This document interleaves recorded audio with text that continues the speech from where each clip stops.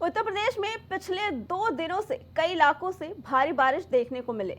इसका खास सबसे ज्यादा असर पश्चिमी उत्तर प्रदेश और ब्रज क्षेत्र में देखने को मिला। वहीं बारिश के कारण कई जगहों पर जनहानि हुई, जिसमें कहीं दीवार गिरने से तो कहीं नदी नालों में लोगों की जान ली ली। बता दें कि सितंबर महीने में हुई मूसलाधार बारिश ने 40 सालों का रिकॉर्ड तोड़ दिया। वहीं बिगड़े मौसम ने किसानों की उम्मीदों पर भी पानी फेर दिया है। खासकर यूपी के 48 घंटे तक हुई जबरदस्त बारिश ने धान के लिए तो सौगात बनी, मगर मूंगफली, मूंग, उड़द और तिल जैसी अन्य खरीफ फसलों को इस अतिवृष्टि ने नष्ट कर दिया। यूपी की राजधानी लखनऊ में अचानक एक सड़क धंस गई। गनीमत रही कि हादसे के दौरान वहां पर कोई वाहन नहीं गुजर रहा था, नहीं तो एक बड़ा हादसा हो सकता था। ललितपुर में किसानों की फसल पूरी तरह से नष्ट हो चुकी है, जिसे लेकर कांग्रेस नेताओं ने किसानों के लिए मुआवजे की मांग की। उधर फर्रुखाबाद में भी तेज बारिश के चलते विद्युत व्यवस्था पूरी तरह से ठप पड़ गई। औरैया में बोरवेल जमीन धंसने से कई बकरियों की जान चली गई, तो वहीं बांदा में केन नदी खतरे के निशान के ऊपर बह रही है, जिससे निचले इलाकों में बाढ़ का खतरा बना हुआ है। आपको टीवी स्क्रीन पर हम ये कुछ तस्वीरें दिखा रहे हैं। ललितपुर, औरैया, उत्तर प्रदेश की राजधानी लखनऊ की ये तस्वीर आप देख रहे हैं। इसके साथ आपको फर्रुखाबाद और बांदा की बात करते हैं। लखनऊ की तस्वीर की, ये वो इलाका है जो लखनऊ यूनिवर्सिटी के पास का इलाका है और मेट्रो स्टेशन की वो जगह है। मेट्रो स्टेशन इस गड्ढे के पास से उसका एक पिलर होकर गुजरता है, जहां 20 फीट ये गहरी खाई बन गई है। बता दें कि काफी चलता फिरता इलाका है ये। लखनऊ यूनिवर्सिटी होने की वजह से और मेन रोड होने की वजह से हर वक्त यहाँ पे गाड़ियों का आवागमन चालू रहता है। लेकिन गनीमत रही कि जिस वक्त ये सड़क धंसी उस वक्त वहां से कोई भी वाहन नहीं गुजर रहा था, वरना एक बहुत बड़ा हादसा हो सकता था। आप ये दूसरी तस्वीर देख रहे हैं ललितपुर की, जहां बारिश की वजह से लोगों का जीवन एकदम अस्त व्यस्त हो गया है और किसानों की स्थिति बहुत खराब है, जिसके लिए अब कांग्रेस ने मुआवजे की मांग की है। वहीं औरैया की तस्वीर आपने देखी, जहां बारिश के चलते हुए जमीन धंसने की वजह से दीवार गिर गई। बता दें कि बारिश की वजह से एक दीवार गिर गई और उसमें कई बकरियां समा गई। वहीं आप फर्रुखाबाद की ये तस्वीर देख रहे हैं, जहां पे बारिश की वजह से विद्युत पूरी तरह से ठप हो गया है। लोगों को खासा परेशानी का सामना करना पड़ रहा है। तो वहीं बांदा में नदी का जलस्तर खतरे के निशान से ऊपर बह रहा है।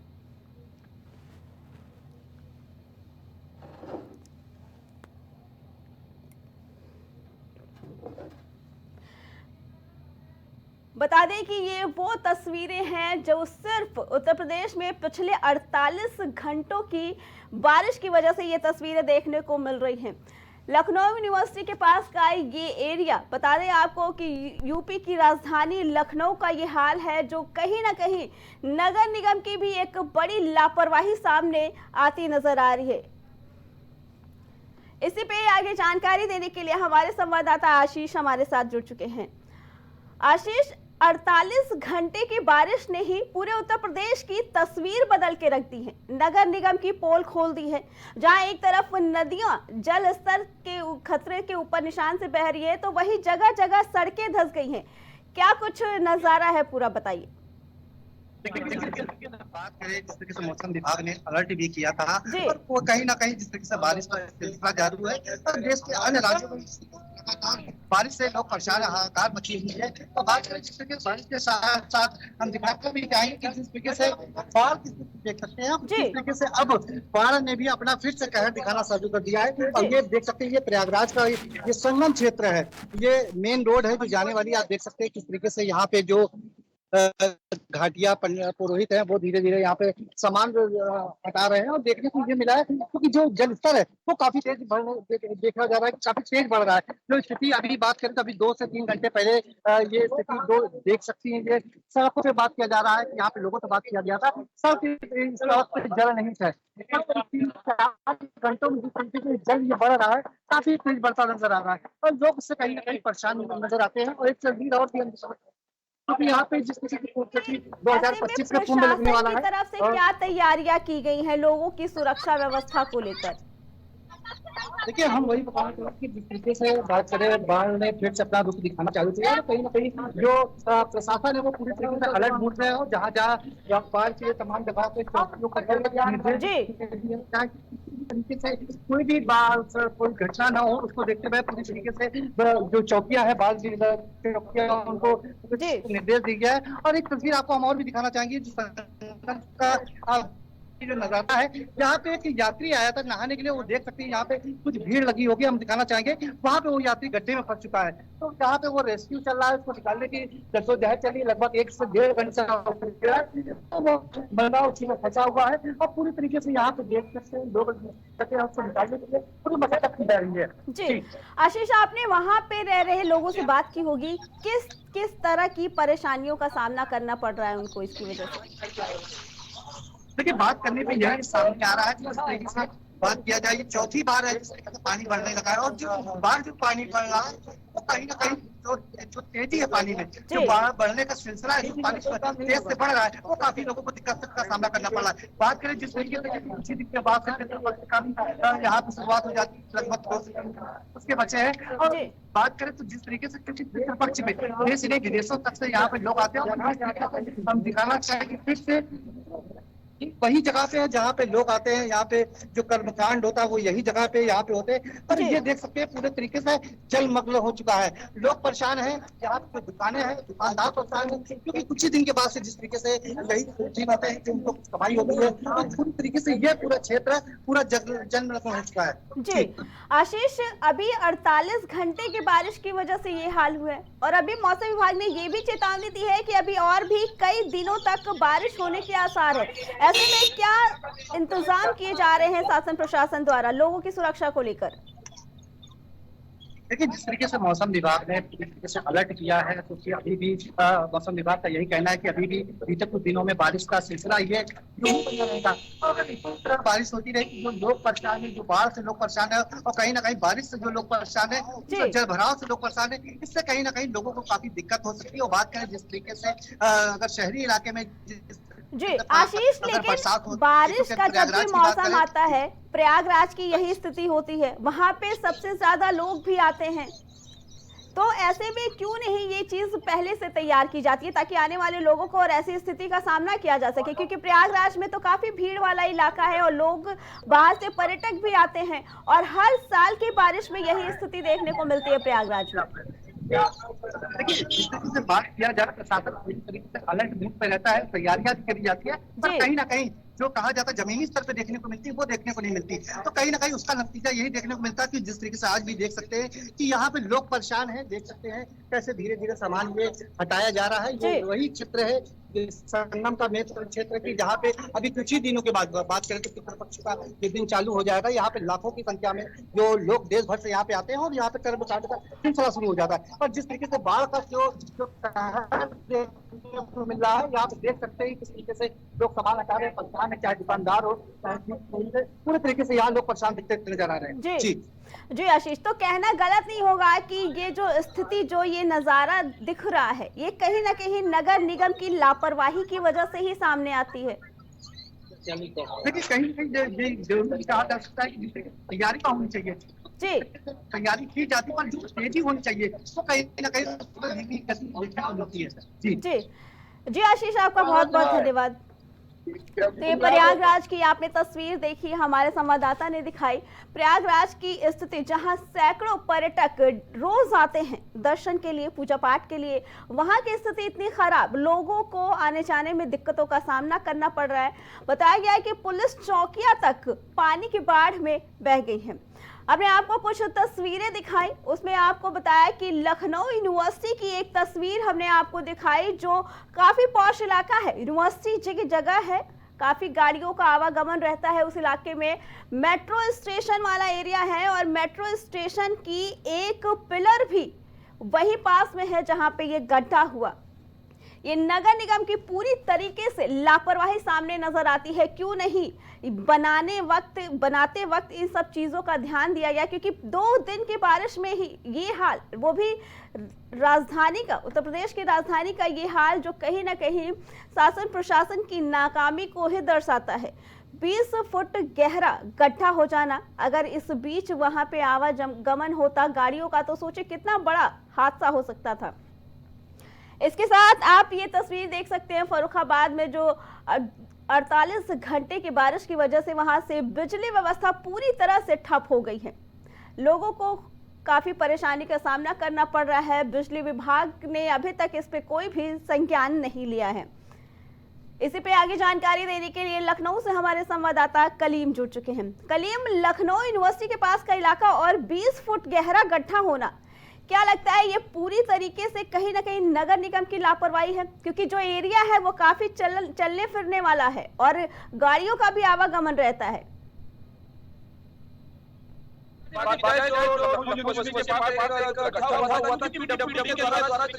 सड़कें बनाई गई हैं, उन सड़कों पर लगातार जो गड्ढों की बात की जाए वो गड्ढे होते हुए नजर आ रहे हैं। फिर चाहे अगर बात की जाए पीडब्ल्यू के द्वारा, तो विकास नगर की बात की जाए वहां पर सड़क धंसी थी 2 बार। इसके बाद अगर बात की जाए गोमती नगर का जो पॉश इलाका है वहां पर सड़क धंसी थी। लेकिन अब अगर बात की जाए तो जहां पर दिनेश शर्मा का आवास भी है और दिनेश शर्मा के आवास के पास की बात की जाए लखनऊ यूनिवर्सिटी है और उस जगह पर 20 फीट गहरा गड्ढा, यानी कि जो 20 सड़क पर 20 फीट गहरा गड्ढा खुदा और इस दौरान गनीमत रही कि किसी तरह का कोई हादसा नहीं हुआ, क्योंकि बरसात के बीच ये हादसा हुआ। वहां से जो आवागमन की बात की जाए, वीआईपी मूवमेंट की बात की जाए, वो सभी उस दौरान निकलते रहते हैं, क्योंकि जहां पर यह गड्ढा हुआ था उससे कुछ ही दूरी पर दिनेश शर्मा यानी कि जो डिप्टी सीएम रहे हैं और अभी जो बात की जाए सांसद, उनकी जो तस्वीरों की बात की है, उनके आवास के पास की जो तस्वीरों की बात की जाए वहां पर जो गड्ढा हुआ था तो उसको लेकर के फिलहाल पीडब्ल्यूडी ने इस मामले को गंभीरता से भी लिया और जब प्राइम टीवी ने इस खबर को प्रमुखता से दिखाया था तब इसका संज्ञान भी लिया गया था। और संज्ञान लेने के बाद पीडब्ल्यूडी की टीम वहां पर पहुंची थी और वहां पर जो निर्माण कार्य की बात की जाए, उस गड्ढे के भराव की बात की जाए तो उस गड्ढे के भराव की जो तस्वीरें थी उसको ढकना शुरू कर दिया गया है। वहां पर अगर बैरिकेड की बात की जाए, रास्ते के आवागमन की बात की जाए तो उस आवागमन को साफ तौर से बंद किया गया, रूट डाइवर्ट किया गया, जिससे कि वहां पे किसी तरह का कोई हादसा ना हो सके। जी कलीम, लेकिन आपने बताया कि जब इसकी शिकायत की गई तो उन लोगों ने संज्ञान लिया, लेकिन लखनऊ का ही इलाका है विकास नगर का, वहां पे पिछले बारिश में भी और इस बार भी कई बार गड्ढे हुए हैं। नगर निगम भरता है, फिर से उसी जगह पे गड्ढे हो जाते हैं। तो क्या लगता है कि क्या इस चीज को नगर निगम पूरी तरीके से ले रहा है अच्छे तरीके से, ताकि आगे इस तरीके की कोई अनहोनी ना हो? देखिए अर्चना जी, जिस तरीके से बात की जाए, जो नगर निगम की अगर बात की जाए या फिर जो पीडब्ल्यूडी की बात की जाए या फिर एलडीए की बात की जाए, क्योंकि जिस तरीके से जो सड़कों की खुदाई की जाती है, जो परमिशनों की बात की जाए, अगर वो पीडब्ल्यूडी के अधीन आता है तो अगर नगर निगम वहां पर खुदाई कर रहा है या फिर बिजली विभाग उस जगह पर खुदाई कर रहा है या फिर जो सीवर की खुदाई होती है, उन खुदाइयों को लेकर के पहले परमिशन ली जाती है, लेकिन उन सभी परमिशनों को दरकिनार करते हुए रोडों को खोदा जाता है। और अगर रोडों को खोदने की बात की जाए, वहां पर उस खुदाई को साफ तौर से ढक दिया जाता है ऊपर एक जो डामर डालते हुए, लेकिन जो नीचे का खोखलापन होता है वो पूरा खोखला रह जाता है और जिसके कारण कई बार हादसे भी देखने को मिलते हैं। करीब तो क्या ये कहना गलत नहीं होगा कि कहीं ना कहीं शासन प्रशासन इंतजार करते हैं कि कोई एक बड़ा हादसा हो? देखिए फिलहाल हादसों की अगर बात की जाए तो हादसों को दावत तो साफ तौर से दी जा रही है, क्योंकि अगर यहाँ पर सुरक्षा व्यवस्थाओं की बात की जाए, सड़क सुरक्षाओं की बात की जाए तो उसको लेकर के भी साफ तौर से हीला हवाली की जाती है और लीपापोती भी की जाती है, क्योंकि कागजों में जो दिखाया जाता है कि सड़क जो निर्माण है वो नंबर 1 का मटेरियल लगाया गया है, जिससे वहां पर किसी तरह की कोई भी सड़क नहीं धंसेगी, किसी तरह का हादसा नहीं होगा। लेकिन जब समय बीतता है तो समय के बाद उसकी असलियत फिर सामने आने लगती है और जिसका जो साफ तौर से तस्वीरों की बात की जाए, अभी कुछ समय ही हुआ है बरसात को शुरू हुए और बरसात ने सभी पोलों को पूरी तरीके से खोलते हुए भी तस्वीरें दिखाना शुरू कर दी हैं। विकास नगर की है, गोमती नगर की है और अब जो बात की जाए आईटी लखनऊ विश्वविद्यालय यानी कि महानगर, वहां पर की भी ये तस्वीर अब सामने दिखाई है, जिससे एक ये बड़ा हादसा भी होते होते टला है। लेकिन गनीमत ये रही रात का समय था, आवागमन कम था, बरसात थी, जिस वजह से लोग उधर से गुजर कम रहे थे और जिस दौरान ये हादसा हुआ उस दौरान आसपास कोई भी मौजूद नहीं था, क्योंकि अगल बगल हॉस्टल भी है, बच्चों का भी आवागमन रहता है, छात्र छात्राएं भी वहां से निकलती हैं, लेकिन इस हादसे का किसी तरह का कोई भी शिकार नहीं हुआ है। लेकिन जब उत्तर प्रदेश की राजधानी लखनऊ की ये स्थिति है, लखनऊ यूनिवर्सिटी के पास की जमीन धंस जाती है, विकास नगर की स्थिति धंस जाती है। 1090 चौराहा पे पिछली बार बारिश हुई थी, महज 1 घंटे की बारिश में ही वो इलाका पूरी तरीके से पानी से भर गया था। जब उत्तर प्रदेश की राजधानी का ये हाल है तो सरकार कहां से ये दावे करती है कि विकास कर रही है? फिलहाल जिस तरीके से जो अभी सवाल किया गया, ये जो जल भराव की स्थिति की बात की जाए, जल भराव को लेकर के नगर निगम पर कई सवाल भी खड़े हुए। जो नगर विकास मंत्री की बात की जाए, उनके द्वारा भी कई जगहों पर निरीक्षण किया गया था और निरीक्षण के दौरान जो खामियां देखी गई थी, खामियों को लेकर के जो फटकार लगे थे, फटकार के बाद जो बात की जाए, नगर आयुक्त भी सड़कों पर उतरे थे। लखनऊ मेयर की अगर बात की जाए, वो भी सड़कों पर उतर करके हर जगह का निरीक्षण कर रही थी और जो वहां के अधिकारी थे उनको भी साफ तौर से निर्देश दिए गए थे कि जो भराव की स्थिति है उससे साफ तौर से निपटा जाए। लेकिन जो सड़क धंसने की बात की जाए तो उसमें कई विभाग शामिल होते हैं, यानी कि अगर बात की जाए पीडब्ल्यूडी की बात की जाए या फिर एलडीए की बात की जाए या फिर नगर निगम की बात की जाए, क्योंकि हर विभाग अलग अलग है। विकास नगर में नगर निगम की लापरवाही थी। जो बंधा रोड की बात की जाए गोमती नगर की, वो भी पीडब्ल्यूडी की लापरवाही रही। लखनऊ यूनिवर्सिटी के सामने के जो हादसे की अगर बात की जाए, वो भी पीडब्ल्यूडी के अधीन आता है। और लेकिन सवाल ये खड़ा होता है, जहां पर दिनेश शर्मा का आवास है और उससे चंद कदम की दूरी पर ये दूसरी बात जो सड़क धंसी है, तो उस पर आखिर गंभीरता पहले क्यों नहीं लाई गई? और यही कई सवाल है जिसको लेकर के कई बार जो सरकार है वो भी घिरती हुई नजर आई है। लेकिन जल भराव की स्थिति की बात की जाए तो जल भराव की स्थिति हर तरफ, चारों तरफ जो मोहल्ले हैं वहां पर भी साफ तौर से भराव की स्थिति देखने को मिलती है। लेकिन उससे निजात पाने की अगर बात की जाए तो निजात किसी तरह का नहीं मिलता है। जी कलीम, आपका बहुत बहुत धन्यवाद।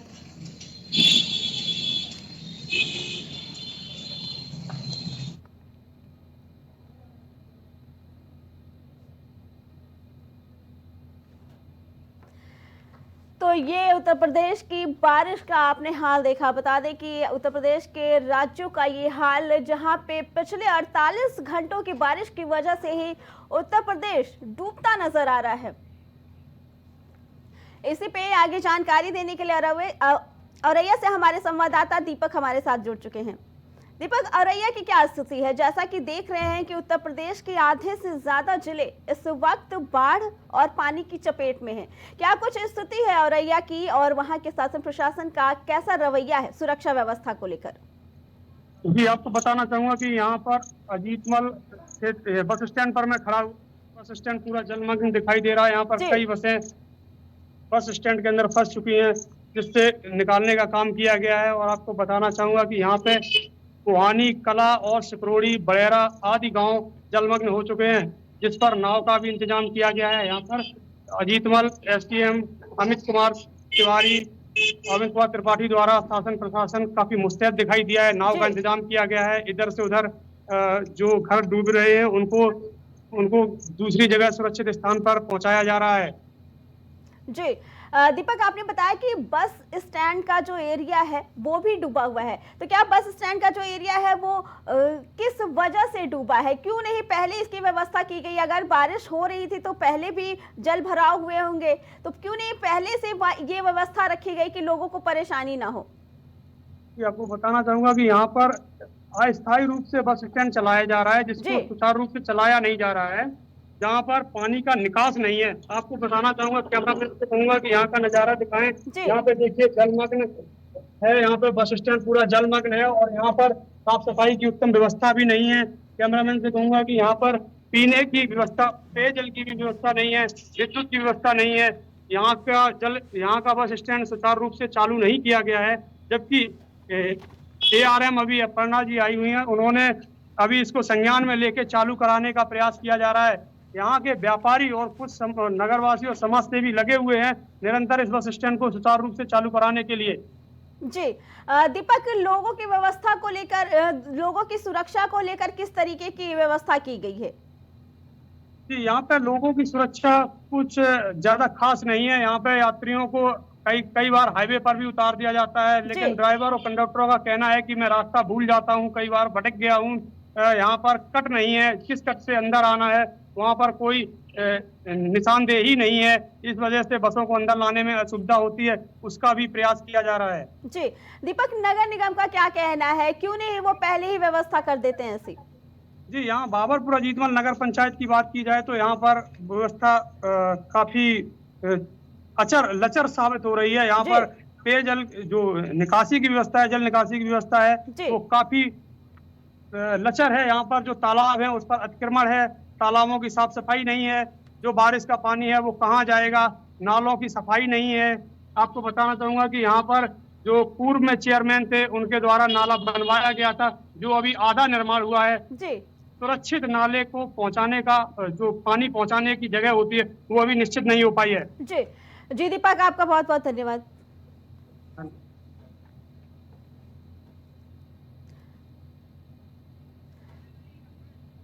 इसी पे आगे जानकारी देने के लिए हमारे संवाददाता मुबारक अली हमारे साथ जुड़ चुके हैं। मुबारक अली, जैसा कि देख रहे हैं कि उत्तर प्रदेश के जिले बारिश और बाढ़ की वजह से कितने परेशान हैं वहां के लोग, क्या तस्वीर नजर आ रही है संभल की, बताइए।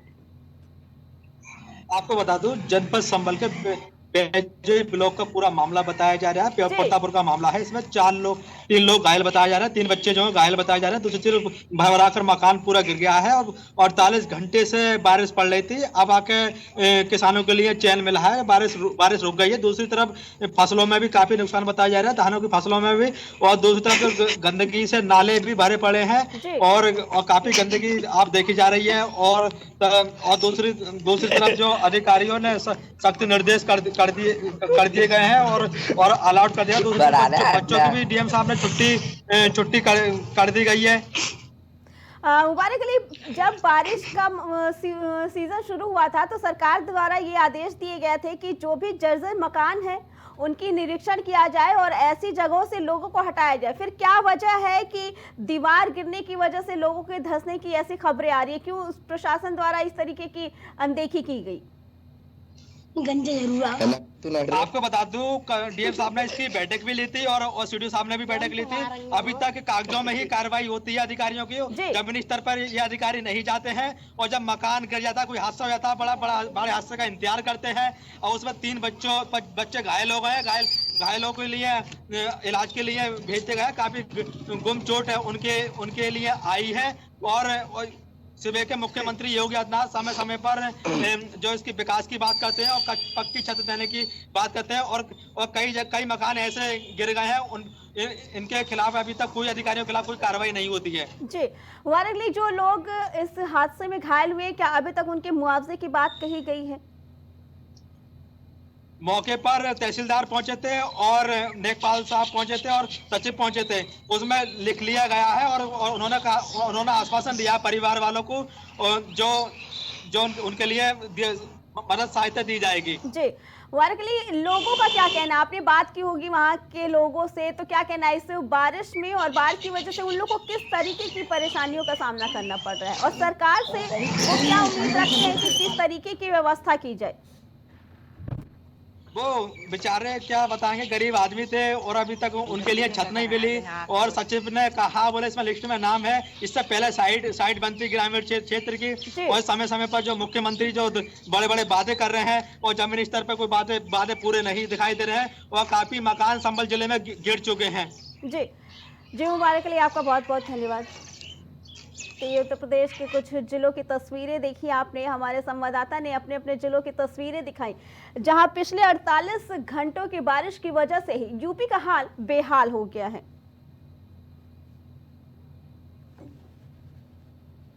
बता दें कि 2 दिनों तक अभी और भी तूफानी हवा चलने की आशंका जताई गई है। बता दें कि ये तस्वीर हमने आपको दिखाई जो राजधानी लखनऊ की तस्वीर थी।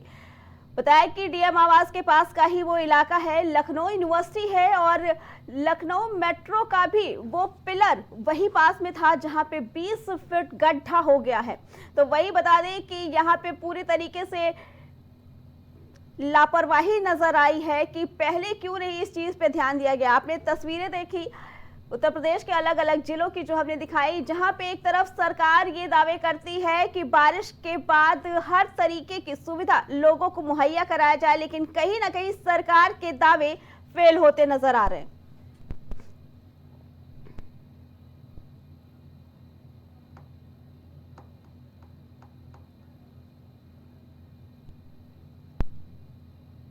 आयुष्मान भारत योजना एक सरकारी स्वास्थ्य योजना है जो गरीबों को मुफ्त इलाज प्रदान करती है, लेकिन अलीगढ़ में आयुष्मान भारत योजना एक महिला की मौत का कारण बन गया। दरअसल एक निजी अस्पताल में महिला का इलाज चल रहा था, जहां निजी हॉस्पिटल ने आयुष्मान कार्ड को मान्य नहीं किया और इलाज के लिए पैसों की मांग की, जिसके बाद इलाज के अभाव में महिला ने तड़प कर अपना दम तोड़ दिया। ये मामला आयुष्मान कार्ड की व्यवस्था में खामी को दर्शाता है, अस्पताल प्रशासन की लापरवाही को उजागर करता है और सरकार की इस योजना पर एक बड़ा सवालिया निशान भी खड़े करता है। क्या हुआ? मम्मी की तबीयत खराब थी बहुत, और उन्होंने बताया भी नहीं कि यहाँ पे सही नहीं होंगे, यहाँ से ले जाओ। और फिर यहाँ से अभी थोड़ी देर पहले आईसीयू में ले गए और फिर हम घर पे चले गए तो 10-15 मिनट हो रहे होंगे, तो इतनी देर में कह रहे थे खत्म हो गए। मेरा नाम नाम है उपेंद्र रविदास। कहाँ से हो आप? उपेंद्र राम नाम मेरा है, वोटर आया सबको साथ है। क्या था मामला यहाँ? मामला मेरा लड़की यहाँ हॉस्पिटल में भर्ती है, वहाँ रखते आज मतलब कि ले गया इमरजेंसी में ले जाते हुए 2 आदमी उसको सीना हुमचते दम तोड़ दे।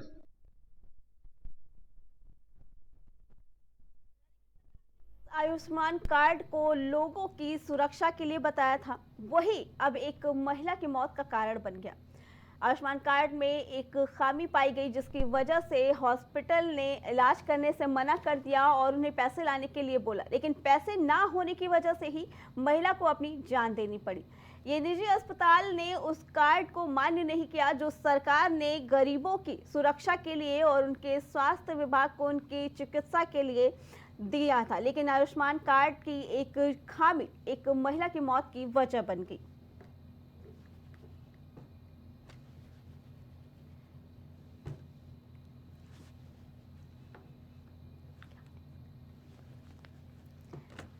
बता दें कि आयुष्मान कार्ड सरकार ने बनाया तो था लोगों की सुरक्षा के लिए, ताकि वो मुफ्त में अपना इलाज करा सके और किसी को भी इलाज के अभाव में अपनी जान ना देनी पड़े। लेकिन अलीगढ़ की एक घटना सामने आई है जो ये दर्शाती है कि सरकार की योजनाएं भी फेल होती नजर आ रही हैं।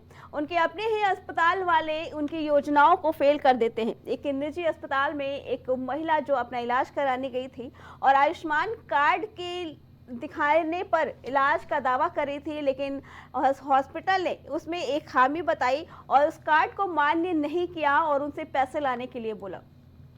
बता दें कि महिला के परिवार वालों के पास पैसे ना होने की वजह से इलाज नहीं हो पाया और उन्हें अपनी जान देनी पड़ी। 4 बजे की 4 बड़ी खबरों में फिलहाल इतना ही। बाकी खबरों के लिए देखते रहें प्राइम टीवी। कुछ भाव पुष्प आप देख रहे हैं प्राइम टीवी, सच साहस सरोकार।